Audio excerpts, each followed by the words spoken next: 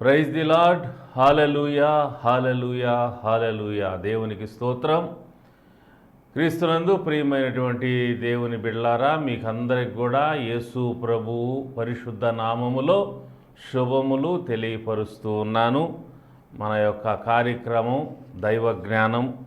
ఈ యొక్క కార్యక్రమంలో అనేకమైన దీవెనకరమైన అంశాలు, దైవ జ్ఞానమును కలిగించేటువంటి అంశాలు సందేశాల రూపంలో అందించబడి ఉన్నాయి. దేవుడు ఉన్నాడంటానికి ఆధారాలు ఏమిటి? దేవుడు ఎవరు? యేసుక్రీస్తు ఎవరు? యేసుక్రీస్తు దేవుడా, నరుడా? పరిశుద్ధాత్మ ఎవరు? పరిశుద్ధాత్మ ప్రవక్త లేకుంటే దేవుడా? క్రీస్తు చనిపోయి తిరిగి లేచాడా లేదా? చనిపోయిన తర్వాత ఏం జరుగుతుంది? విశ్వాసం అంటే ఏమిటి? మారు మనసు అంటే ఏమిటి? రక్షణ అంటే ఏమిటి? ఈ విషయాలన్నీ కూడా వివరంగా సందేశాల రూపంలో అందించబడి ఉంటూ ఉన్నాయి. ఈ సందేశాలన్నీ కూడా యూట్యూబ్లో మీకు అందుబాటులో ఉన్నాయి. దైవ జ్ఞానం పాల్ అని టైప్ చేసి సెర్చ్ చేసినట్లయితే మీకు ఈ వీడియోలన్నీ కూడా అందుబాటులోకి వస్తాయి. మీరు చూసి దేవుని యొక్క జ్ఞానమును, ఆశీర్వాదమును మీరు పొందవలసిందిగా కోరుతూ ఉన్నాను. ఈ వీడియోస్ అన్నీ కూడా మీరు చూడటమే కాకుండా ఇతరులకు కూడా షేర్ చేయాల్సిందిగా కోరుతూ ఉన్నాను. ఇవి సబ్స్క్రైబ్ చేసుకోండి. సబ్స్క్రైబ్ చేసుకున్నప్పుడు కొత్త వీడియోలు చేసినప్పుడు వాటికి సంబంధించిన నోటిఫికేషన్ మీకు ముందుగానే వస్తుంది. కాబట్టి తప్పకుండా సబ్స్క్రైబ్ చేసుకోండి. ఈ వీడియోస్ ఒక్కొక్క సందేశాన్ని పూర్తిగా వినండి. ఆ సందేశం అంతటిలో మీకు ఏదో ఒక ఉపయోగకరమైనటువంటి అంశం తప్పకుండా వాటిలో ఉంటుంది. మేలు కలిగించే అంశం తప్పకుండా ఉంటుంది. కాబట్టి ప్రతి సందేశాన్ని ప్రారంభం నుంచి చివరి వరకు కూడా స్కిప్ చేయకుండా పూర్తిగా వినండి. టైం తీసుకొని వినండి. వాటి వలన మీకు చాలా ఆత్మీయ మేలు, దైవ సంబంధమైన మేలు కలుగుతుంది అనే విషయాన్ని తెలియజేస్తున్నాను. కనుక వీటిని మీరు లైక్ చేయాల్సిందిగా, సబ్స్క్రైబ్ చేసుకోవాల్సిందిగా, షేర్ చేయాల్సిందిగా, కామెంట్ చేయాల్సిందిగా కోరుతూ ఉన్నాను. ఈ పనులు, ఈ 4 లైక్ చేయటం, ఇతరులకు షేర్ చేయటం, వాటిని మీరు సబ్స్క్రైబ్ చేసుకోవటం, మరియు వాటిని గురించి మీరు ఒక మంచి కామెంట్ చేయటం ద్వారా యూట్యూబ్ ఈ వీడియోస్ని అనేక మందికి అందిస్తుంది. ఈ వీడియోస్ అనేటువంటి అనేక మందికి మరి స్ప్రెడ్ అవుతాయి. కాబట్టి ఈ యొక్క దైవ సేవలో, ఈ యొక్క సత్యవాక్కుని అనేక మందికి అందించేటువంటి పరిచర్యలో మీరు కూడా ఈ పనులు చేయటం ద్వారా మీ యొక్క షేర్ని అందించాల్సిందిగా మొదటిగా నేను కోరుతూ ఉన్నాను. మరి మీరందరూ కూడా ఈ పనిలో పాలివారు అవటం వల్ల, ఈ విధమైనటువంటి పని చేయటం వల్ల మీకు కూడా దేవుని యొక్క ఆశీర్వాదాలు, దేవుని బహుమానాలు తప్పకుండా లభిస్తాయి. ఎందుకంటే పని చేసేవారు ఎంతో, పనికి సపోర్ట్ చేసేవారు, దేవుని పనిని వ్యాపింపజేసేవారికి కూడా అదేవిధంగా దేవుడు బహుమానాన్ని, దీవెని అనుగ్రహిస్తాడు. కాబట్టి ఈ యొక్క గొప్ప సేవలో మీరందరూ కూడా పాలిభాగవస్తులై మరి మీ యొక్క షేర్ని ఈ యొక్క లైక్ చేయటం ద్వారా, సబ్స్క్రైబ్ చేయటం ద్వారా, కామెంట్ చేయటం ద్వారా, మరి ఈ విధమైనటువంటి పనులు చేయటం ద్వారా మీరు మీ యొక్క సహకారాన్ని అందించాల్సిందిగా కోరుతూ ఉన్నాను. ఆ విధంగా సహకారం అందించి ఈ సందేశాలు అనేక మందికి వెళ్ళి అనేక మంది విని మేలు పొందుటకు సహకరించవలసిందిగా మొదటగా మీకందరికి కూడా తెలియపరుస్తున్నాను. దేవుడు మిమ్మల్ని అందరినీ కూడా దీవించునుగాక. ఇకపోతే ఈ రోజున మన యొక్క సందేశంలో దేవుని యొక్క ఆశీర్వాదాల గురించి మరొక అంశాన్ని లేదా మరొక భాగాన్ని మనం ధ్యానం చేయబోతూ ఉన్నాం. గతంలో అబ్రహామును దేవుడు అన్ని విషయాల్లో ఆశీర్వదించాడు అనే విషయాన్ని చెప్పటం జరిగింది. ఆదికాండము 24వ అధ్యాయము 1వ వచనమందు యెహోవా అబ్రహామును అన్ని విషయముల్లో ఆశీర్వదించెను అని చూసాం. అన్ని విషయాలు అంటే ఆదికాండం 24వ అధ్యాయము 34వ వచనం గమనించినట్లయితే ఈ లోకంలో మనిషి గొప్పవాడు అనిపించుకోవటానికి ఏవేవి అయితే మనిషికి అవసరమైన ఉన్నవో అవన్నీ కూడా దేవుడు అబ్రహాముకు ఇచ్చాడు. ఆ స్థలాలైతేనేమి, పొలాలైతేనేమి, వెండి బంగారాలైతేనేమి, దాసదాసీ జనులనైతేనేమి, గొర్రెలనైతేనేమి, గొడ్డలనైతేనేమి, ఆనాడు ఒక వ్యక్తి సమాజంలో సంపన్నుడు అని గుర్తించడానికి ఏమేమి అవసరమైన అవన్నీ కూడా ఇచ్చినప్పుడు అబ్రహాము మరి గొప్పవాడు ఆయను అనే మాట మనం చూస్తాం. అంటే ఈ గొప్పతనం పరలోకానికి సంబంధించిన గొప్పతనం కాదు, కానీ భూమి మీదే ఆయన గొప్పవాడయ్యాడు. దేవుడు అబ్రహాముకు పరలోక రాజ్యాన్ని ఇచ్చాడు, పరలోకంలో స్థానం ఇచ్చాడు. అయితే పరలోకాన్ని మాత్రం ఇచ్చే దేవుడు కాదు ఆయన, భూలోకంలో కూడా తప్పకుండా ఆయన భక్తులైన వారిని ఆయన ఆశీర్వదించే దేవుడు అనేటువంటి విషయాన్ని గత సందేశాల్లో నేను మీకు జ్ఞాపకం చేస్తూ వచ్చాను. మరి ఈ సందర్భంగా అబ్రహామును దేవుడు ఆశీర్వదించడానికి గల కారణాలు ఏమిటి అని మనం పరిశీలన చేస్తూ వస్తే కొన్ని కారణాలు చెప్పడం జరిగింది. ఆది కాండములో 12వ అధ్యాయములో అబ్రహాము ఏ విధమైనటువంటి పనులు చేయటం వల్ల దీవించబడ్డాడు అనేటువంటిది నేను జ్ఞాపకం చేస్తూ 8వ వచనంలో చెప్పాను. మరి అబ్రహాము బలిపీఠము కట్టి యెహోవా నామమున ప్రార్థన చేశాడు అనే విషయం చెప్పడం జరిగింది. బలిపీఠము కట్టటము, దేవుని నామంలో ప్రార్థన చేయటము, ఈ 2 పనులు అబ్రహాము చేశాడు. అబ్రహాము జీవితంలో అన్ని విషయాల్లో దేవుడు దీవించడానికి ఇక్కడ ఆయనకి ప్రారంభ ఆ స్టెప్ అనేటువంటిది మనం చూస్తూ ఉన్నాం.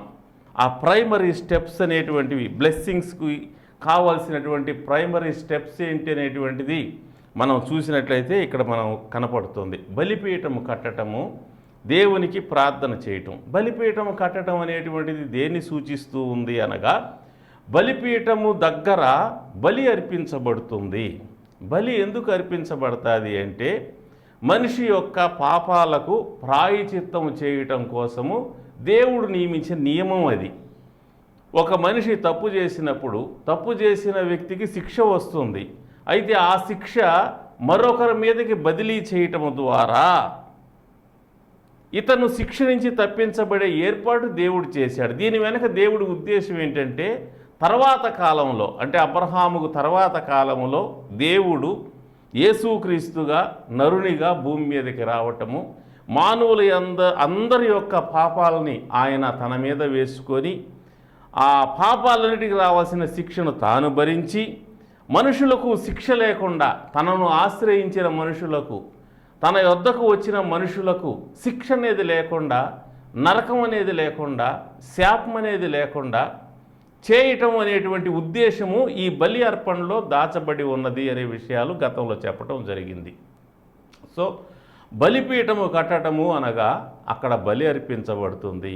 బలి అర్పించబడే ముందు ఒక వ్యక్తి ఏం చేస్తాడు అంటే, తన చేతులు బలి పశువు మీద ఉంచి తన పాపాలు ఒప్పుకున్న పిదప ప్రాయశ్చిత్త కార్యక్రమం జరిగించడం అక్కడ బలిపీఠం వద్ద జరుగుతుంది.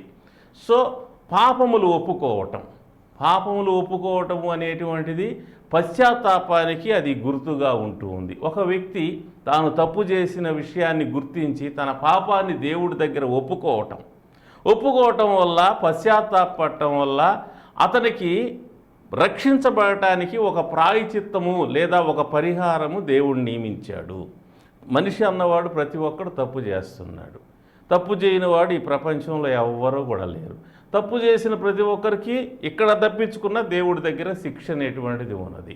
ఆ శిక్ష తప్పించబడాలి అనేటువంటి దేవుని ఉద్దేశం. ఎందుకంటే నరుడు దేవుని స్వరూపంలో, దేవుని పోలికలో ఉన్నాడు కాబట్టి నరుని శిక్షించడం దేవునికి ఇష్టం లేదు. దేవుడు నరుడు అనేటువంటి వాడు దేవునికి కుమారుని వంటి వాడు కాబట్టి, దేవునికి ఎంతో ప్రియమైన వాడు కాబట్టి నరులను శిక్షించడం దేవునికి ఇష్టం లేదు. అందుకని శిక్ష కొట్టేస్తాడంటే కొట్టేయడు. ఎవరు భరిస్తారు ఆ శిక్ష? ఈ భూమండలం మీద మనిషి యొక్క పాపాన్ని, శిక్షను భరించగల శక్తి భూమండలం మీద ఎవరికి లేదు. సో అందుకని ఆయనే స్వయంగా నరుడుగా వచ్చి నరునికి బదులు నరుని యొక్క స్థానం నిలబడి ఆ యొక్క శిక్షను భరించి ఆ క్రయధనము, ఆ పెనాల్టీ అనేటివి పే చేయటం జరిగింది. అంతటితో మనిషి పాపాలకు ప్రాయశ్చిత్తం చేసి సమాప్తం చేసి అవన్నీ సమాధి చేసి ఆయన తిరిగి లేచి పరలోకానికి వెళ్ళిపోయాడు. ఇప్పుడు ఎవరైతే ఆయన దగ్గరికి వచ్చి తమ పాపాలు ఒప్పుకొని పశ్చాత్తాపడి క్షమాపణ కోరుకుంటారో వారందరిని ఆయన క్షమిస్తాడు, వారిని పరిశుద్ధపరుస్తాడు. వారు దేవునితో యుగయుగాలు ఆయన మహిమ రాజ్యంలో ఉండేటువంటి అవకాశాన్ని, అర్హతను వాళ్ళకి ఇస్తున్నాడు. అయితే ఇక్కడ ఒక విషయం, ఇలా తప్పు చేసి ఒప్పుకున్న తర్వాత మరలా తప్పు చేస్తే ఏమవుతుంది కొంతమంది ప్రశ్నిస్తూ ఉంటారు. ఇప్పుడు ఈ కొత్త జీవితం ప్రారంభించాం అంటే పాపంలో పుట్టి పాపంలో పెరిగి పాపంలో జీవిస్తున్న మనిషి దేవుణ్ణి తెలుసుకొని తన పాపాలు ఒప్పుకొని క్షమాపణ కోరుకొని ఆయన పరిశుద్ధ రక్తంలో కడగబడి పరిశుద్ధపరచబడిన తర్వాత కొత్త జీవితాన్ని ప్రారంభిస్తాడు. ఈ ప్రారంభంలో ఒక్కొక్కసారి పడిపోవటం లేవటం అనేది జరుగుతుంది, గమనించాలి. ఒక చిన్న బిడ్డ పుట్టిన తర్వాత ఆ బిడ్డ ముందు మరి ద్రోగాటం జరుగుతుంది, తర్వాత నిలబడటం జరుగుతుంది, తర్వాత అడుగులు వేయడం జరుగుతుంది. ఈ అడుగులు వేసే క్రమంలో పడిపోతూ ఉంటాడు.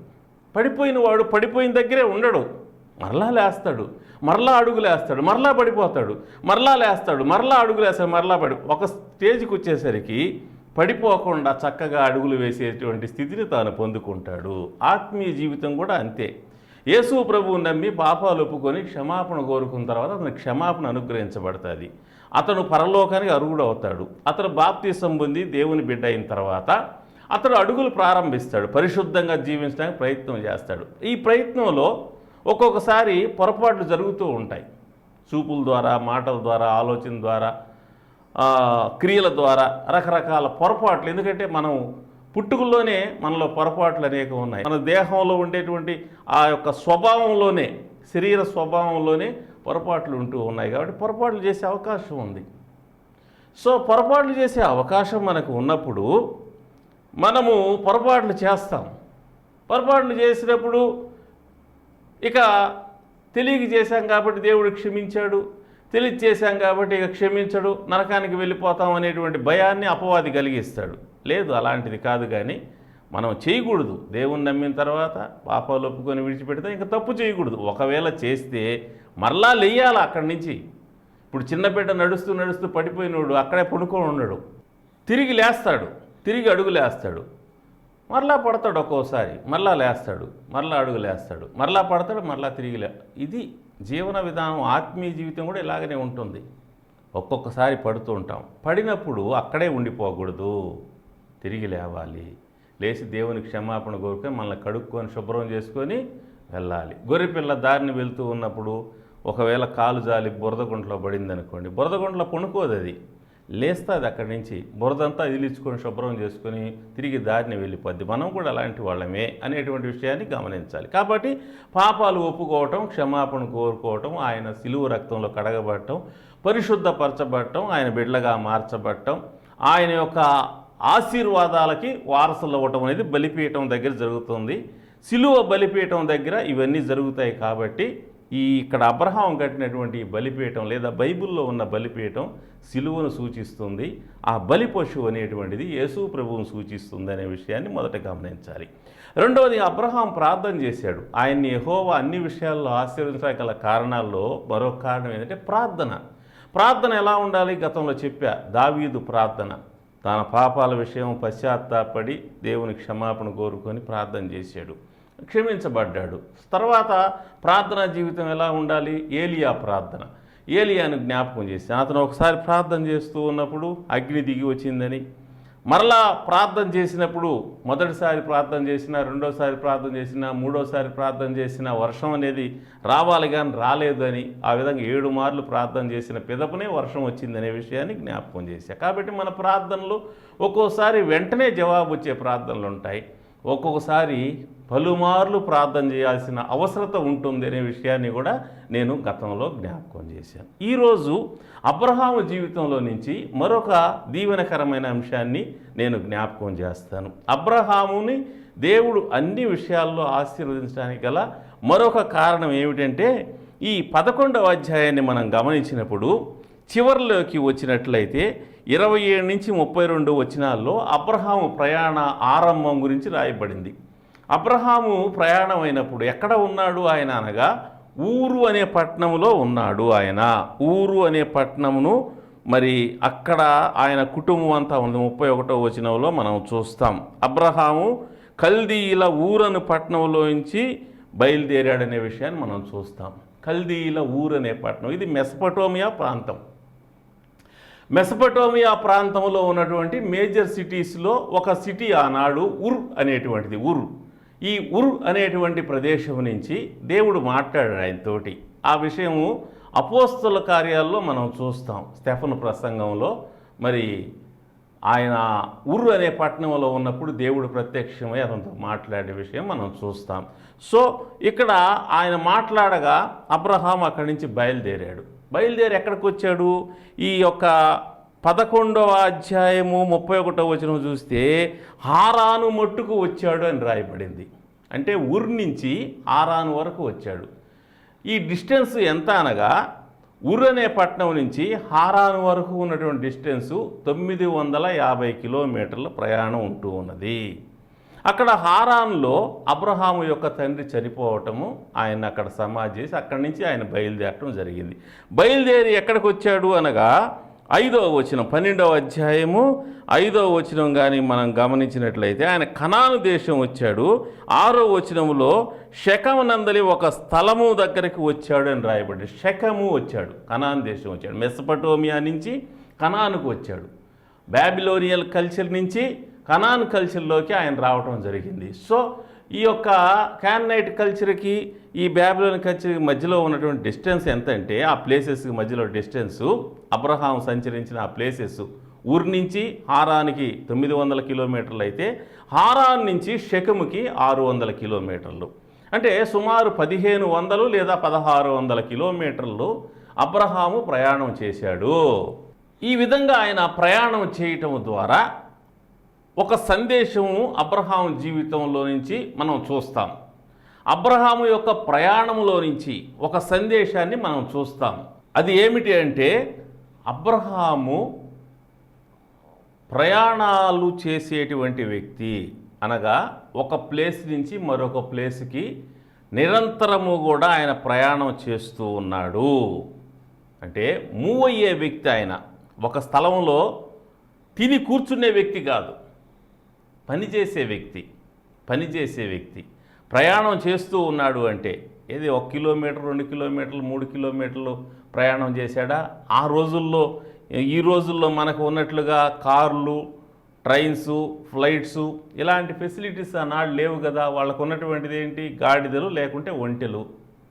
సో వాటి మీద అంత దూరము ఆయన కుటుంబంతో బయలుదేరి వచ్చాడంటే ఎంత కష్టము.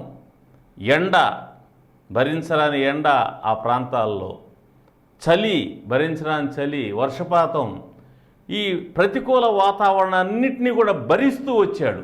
అంటే అన్ని వాతావరణాల్లో కూడా ఆయన పనిచేస్తూ ఉన్నాడు. ఆయన బ్లెస్సింగ్కి ఇది మరొక ప్రధానమైన కారణమై ఉంటూ ఉన్నది. అబ్రహాముని యెహోవా అన్ని విషయాల్లో ఆశీర్వదించాడు అంటే ఇది ఒక కారణం. దేవుడు చెప్పాడు, నువ్వు వెళ్ళు అబ్రహాము అన్నాడు, నేను చూపించే దేశానికి వెళ్ళు అన్నాడు. వెంటనే అబ్రహాం బయలుదేరాడు. సో ఈ బయలుదేరటం, ఎంత దూరం బయలుదేరి ఆయన ప్రయాణం చేశాడంటే 1500 లేదా 1600 కిలోమీటర్లు ఆయన ప్రయాణం చేశాడు. అనేక దినాల పాటు ప్రతికూల పరిస్థితుల్లో ఆయన ప్రయాణం అనేది కొనసాగింది. ఎక్కడ ఆగిపోలా ఆయన సాగిపోయేవాడుగా ఉన్నాడు. ఆయన పని చేసేవాడుగా ఉన్నాడు. ఆయన కష్టపడటానికి ఇష్టపడేవాడుగా ఉన్నాడు. ఇక్కడ ఎండగా ఉంది, లేదా వర్షంగా ఉంది, లేదా చలిగా ఉంది, ఇంకేం పోదాం లేదు, తిరిగి వెళ్ళిపోదాం, మన మెసపటోమియా ప్రాంతానికి మనం వెళ్ళిపోదాం, అక్కడ హాయిగా సారవంతమైన ఆ ప్రదేశంలో మనం ఉందాం, సుఖముగా, నెమ్మదిగా, హ్యాపీగా ఉందాం అనుకోవాలి. కష్టపడటానికి ఆయన ఇష్టపడ్డాడు. ఆ ఎండ ప్రదేశాల్లో ఉండటానికి ఇష్టపడ్డాడు, చలి ప్రదేశాలు ఉండటానికి ఇష్టపడ్డాడు, వర్షపాతాన్ని సహించడానికి ఇష్టపడ్డాడు, ప్రతికూలమైన పరిస్థితులన్నీ తట్టుకోవడానికి ఇష్టపడ్డాడు. దేవుడు తనకు అప్పగించిన పని, వెళ్ళు అనేటువంటి ఆ పని చేయడానికి ఆయన ఇష్టపడ్డాడు. సో అబ్రహాము దీవించబడటానికి దేవుడైన యెహోవా అబ్రహామును అన్ని విషయాల్లో, ఈ భూలోక విషయాలన్నింటిలో కూడా, పరలోక విషయాలతో పాటు ఇహలోక సంబంధమైన అన్ని విషయాల్లో అబ్రహామును బ్లెస్ చేయటానికి కారణం, అబ్రహాము దేవుడు చెప్పిన పని చేసిన వాడుగా ఉన్నాడు, పని చేయవాడుగా ఉన్నాడు, కష్టపడేవాడుగా ఉన్నాడు. గమనించండి, ఎవరికి దేవుడు ఆశీర్వాదం ఇస్తాడంటే సోమరులకు కాదు, పని చెయ్యకుండా సోమరితనంగా ఉండేవారికి దేవుడు ఆశీర్వాదం ఇవ్వటానికి ఇష్టపడడు. ఎవరిని ఆశీర్వదిస్తాడు? పని చేసేటువంటి వారిని ఆశీర్వదిస్తాడు. యోబు గ్రంథంలో మనం చూస్తే యోబుకి బహు విస్తారమైన ఆస్తి ఉన్నట్లుగా 1వ అధ్యాయంలో మనం చూస్తున్నాం. తూర్పు దిక్కు ఉన్న జనులందరిలో అతడు గొప్పవాడని ఉన్నాడు. సో 10వ వచనంలో 1వ అధ్యాయం 10వ వచనం చూసినట్లయితే అక్కడ దేవుడు యోబు యొక్క చేతి పనిని ఆశీర్వదించడం వలన అతడు గొప్పవాడనే మాట మనం చూస్తాం. యోబు గురించి అపవాది దేవుడి దగ్గర ఫిర్యాదు చేస్తూ అంటాడు, నువ్వు అతని చేతి పనిని దీవించటం వల్ల అతడు గొప్పవాడే. ఒక నిజం చెప్తాడు. అపవాది అప్పుడప్పుడు నిజాలు చెబుతుంటాడు. వాడు ముందేమో నిజం చెబుతాడు, దాని వెనకేమో అబద్ధాలు చెబుతాడు. అయితే దేవుడు ముందుకు పోయినప్పుడు అన్ని నిజాలు చెప్తాడు. వాడు మనుషుల దగ్గరికి వచ్చినప్పుడు సగం నిజం చెబుతాడు, సగం అబద్ధం చెబుతాడు. అపవాది లక్షణం అది. దేవుడి దగ్గరికి పోయి ఏమంటున్నాడు, నీవు యోబుని అన్ని విషయాల్లో ఆశీర్వదించలేదా? గొప్పవాడు అవటానికి అతడు కారణం ఏంటంటే, అతడిని ఎందుకు భయభక్తులు కలిగి ఉంటాయి కారణం ఏంటంటే, నీ దగ్గర పరిశుద్ధంగా జీవించడానికి గల కారణం ఏంటంటే నువ్వు దీవించటం వల్ల, కంచి వేసి కాపాడటం వల్ల అనే మాట చెబుతే అక్కడ ఒక వాస్తవాన్ని అపవాది, శత్రువైన అపవాది చెబుతాడు. ఏం చెబుతాడు? దేవుడు యోబు చేతి పని దీవించాడు అనే మాట వాస్తవాన్ని ఒప్పుకుంటాడు. అది వాస్తవం. సో దేవుడు చేతి పనిని దీవించే దేవుడు, చేతుల కష్టార్జితం దీవించేటువంటి దేవుడై ఉన్నాడు. సో మనం దేవుని వాక్యంలో మనం గమనించినట్లయితే సామెతల గ్రంథంలో ఒక చక్కని మాట రాయబడింది. సామెతల గ్రంథం 14వ అధ్యాయం 23వ వచనం, ఏ కష్టము చేసినను లాభమే కలుగును, ఒట్టి మాటలు లేమిడి కారణములు. ఏ కష్టము చేసినా లాభమే కలుగును. కష్టము చేసినప్పుడు తప్పకుండా ఫలం అనేటువంటిది ఉంటుంది. కష్టపడేవాడికి ఫలం ఉంటుంది. సోమరివాడు ఆ ఫలం పొందలేడు. కాబట్టి మన జీవితాల్లో మనం దీవించబడాలి అంటే మనం కష్టపడి పనిచేసేటువంటి వాళ్ళుగా ఉండాలి. ఇదే సామెతల గ్రంథంలో 12వ అధ్యాయము 24వ వచనంలో అంటాడు, శ్రద్ధగా పని చేయువారు ఏలుబడి చేయుదురు, సోమరులు వెట్టి పనులు చేయవలసి వచ్చును. శ్రద్ధగా పని చేయువారు ఏలుబడి చేస్తారు. ఏలుబడి ఎవరు చేస్తారు అంటే దేవుని వాక్యం ప్రకారము శ్రద్ధగా పని చేసేవాళ్ళు, శ్రద్ధగా చదివేవారు. మనం చూస్తున్నాం కొంతమంది కలెక్టర్ అయ్యారని, ఎస్పీలు అయ్యారని, ఉన్నత స్థాయి అధికారులు అయ్యారని చూస్తాం. వాళ్ళ బ్యాక్గ్రౌండ్ చూస్తే వారి తల్లిదండ్రి సామాన్య రైతులుగానో కూలీలుగానో ఉంటారు. వారు సామాన్య రైతు కుటుంబంలో పుట్టినటువంటి వారు, సామాన్యమైన కూలీ కుటుంబంలో పుట్టినవారు ఐఏఎస్లు ఐపీఎస్లు ఎలా అయ్యారంటే వాళ్ళు శ్రద్ధగా చదివారు, కష్టపడ్డారు. వారి చదువు, వారి కష్టము వారిని ఉన్నత స్థాయికి తీసుకుని వెళ్ళింది. సో కష్టము, ఏ కష్టము చేసినా కూడా లాభం కలుగుతుంది. మన జీవితం లాభం పొందాలి అంటే, మనము గొప్పవారం కావాలి అంటే, ఏలుబడి చేసేవాళ్ళం కావాలి అంటే దేవుని వాక్యం చెబుతూ ఉంది శ్రద్ధగా పనిచేసేవాళ్ళుగా ఉండాలి. ఇంకొక మాట కూడా నేను జ్ఞాపకం చేస్తాను. సామెతల గ్రంథము 10వ అధ్యాయం 4వ వచనం, బద్ధకముగా పనిచేయువాడు దరిద్రుడగును, శ్రద్ధ గలవాడు ఐశ్వర్యవంతుడగును. శ్రద్ధ గలవాడు ఐశ్వర్యవంతుడగును. శ్రద్ధగా పనిచేయువాడు ఏలుబడి చేస్తాయని ఒక దగ్గర చూసాము. ఇక్కడ శ్రద్ధగా పనిచేసేవాడు ఐశ్వర్యవంతుడు అవుతాడు. సో దేవుడు దీవించాలి అంటే మన జీవితాల్లో పని చేసే వారంగా ఉండాలి. ఆ పని కూడా చేసామంటే చేశాం కాదు, పనిలో నైపుణ్యం కలిగిన వారుగా చేయాలి, శ్రద్ధగా చేయాలి. ఆ పనిని కష్టపడి శ్రద్ధతో మనం జరిగించినప్పుడు దేవుడు మన చేతుల కష్టార్జితమును ఆయన ఆశీర్వదిస్తాడు. మన యొక్క పనిని ఆయన ఆశీర్వదిస్తాడు, మన ప్రయత్నాల్ని ఆయన ఆశీర్వదిస్తాడు. మన జీవితాల్లో ఆయన యొక్క దీవెనలు అనేటువంటివి మనం పొందగలుగుతాము. పని చెయ్యకుండా దీవెన అనేది అసలు బైబిల్ ఎంత ఖండితంగా చెప్తూ ఉందంటే, పని చేయకపోతే పని చెయ్యనొల్లని వాడు భోజనం చెయ్యకూడదు అనే మాట మనం దేవుని వాక్యంలో చూస్తాం. అంటే సోమరిగా పని చేయకుండా బద్ధకంగా ఉంటూ దేవుడి పేరు చెప్పుకొని ఏ పని చేయకుండా ఉండేవాడు భోజనం చేయటానికి వాడు పాత్రుడు కాదు అనే మాట మనం చూస్తాం. ఆ మాట కూడా నేను జ్ఞాపకం చేస్తాను.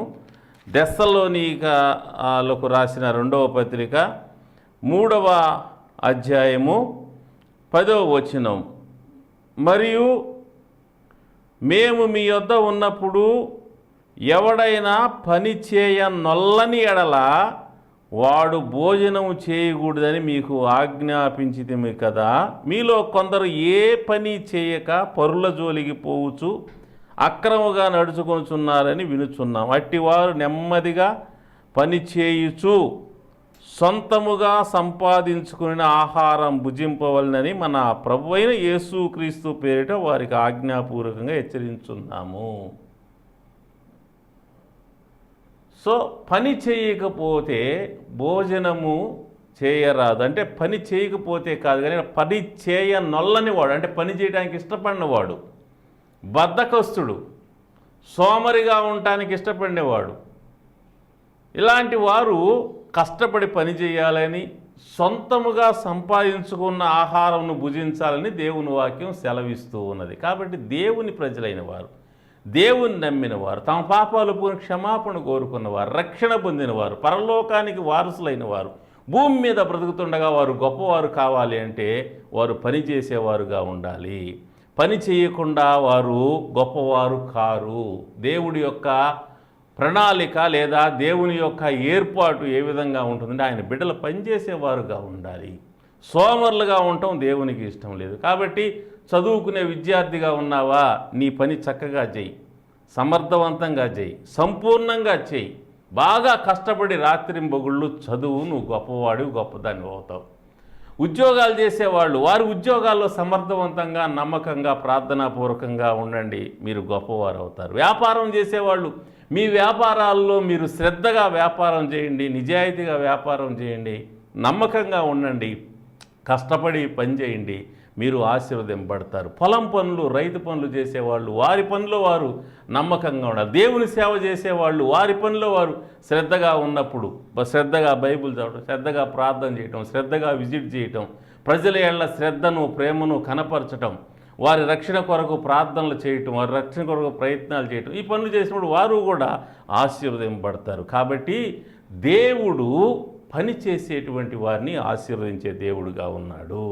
వారికి సహకారిగా ఉండి వారిది స్థిరపరిచే దేవుడుగా, అభివృద్ధి పొందించే దేవుడుగా, ఉన్నత స్థితికి తీసుకుని వచ్చే దేవుడుగా ఉన్నాడనే విషయాన్ని జ్ఞాపకం చేస్తూ ఉన్నాను. కాబట్టి అబ్రహాము జీవితంలో మనం చూస్తున్నాము, అతడు బలిపీఠం కట్టాడు, అతడు ప్రార్థన చేశాడు, అతడు ప్రయాణం చేశాడు. ఈ 3 పనులు కూడా అతని జీవితంలో 3 అద్భుతమైనటువంటి సంఘటనలను మనకు జ్ఞాపకం చేస్తూ ఉన్నాయి. క్షమాపణ పొందటం, దేవుని దగ్గర మొరపెట్టడం, అంత మాత్రమే కాదు కానీ చక్కగా శ్రద్ధగా దేవుడు చెప్పిన పని లేదా అప్పగించిన పని, చదువు కానీ, ఉద్యోగం కానీ, వ్యాపారం కానీ, సేవ కానీ, ఏదైనా నమ్మకంగా శ్రద్ధగా చేయటం ద్వారా ప్రతి విశ్వాసి కూడా ఈ లోకంలో దీవించబడతాడు, గొప్పవాడు అవుతాడు.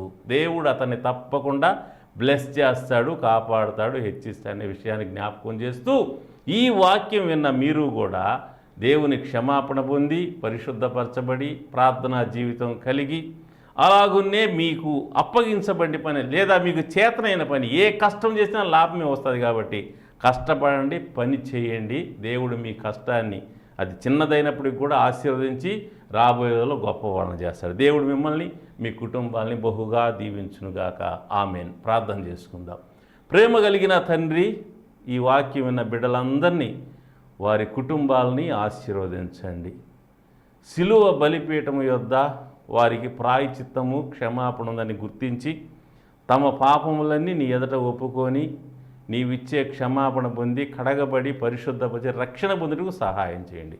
రక్షణ పొందిన బిడ్డలు పట్టుదలగా ప్రార్థనలు చేస్తూ నీలో ముందుకు సాగుటూ సహాయం చేయండి. ఒకవేళ ఎవరైనా పడిపోయి ఉంటే పడిపోయిన చోటనే ఉండకుండా లేచి చిన్న బిడ్డల్లాగా అడుగులేస్తూ తిరిగి స్థిరంగా అడుగులు వేసే వరకు ముందుకు కొనసాగుటకు సహాయం చేయండి. అలాగున్నే తండ్రి, ప్రతి బిడ్డ కూడా కష్టపడి పనిచేయాలి. వారి వారి రంగాల్లో వారికి అప్పగించిన పనులు, వారి చేతనైన పనులు, వారు నమ్మకంగాను సమర్థవంతంగాను శ్రద్ధగాను చేసినప్పుడు నీవు తప్పకుండా ఆశీర్వదిస్తావనే విషయాన్ని వాక్యం అది జ్ఞాపకం చేస్తుంది.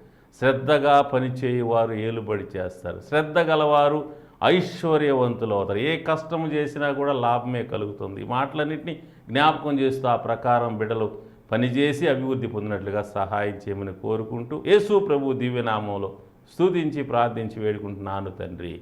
ఆమేన్. తండ్రి, కుమార, పరిశుద్ధాత్మ దేవుని దీవెనలు వాక్యమైనటువంటి బిడ్డలకు వారి కుటుంబాలకు కలిగిన సమస్తమునకు సదాకాలం తోడై ఉండుగాక. ఆమేన్.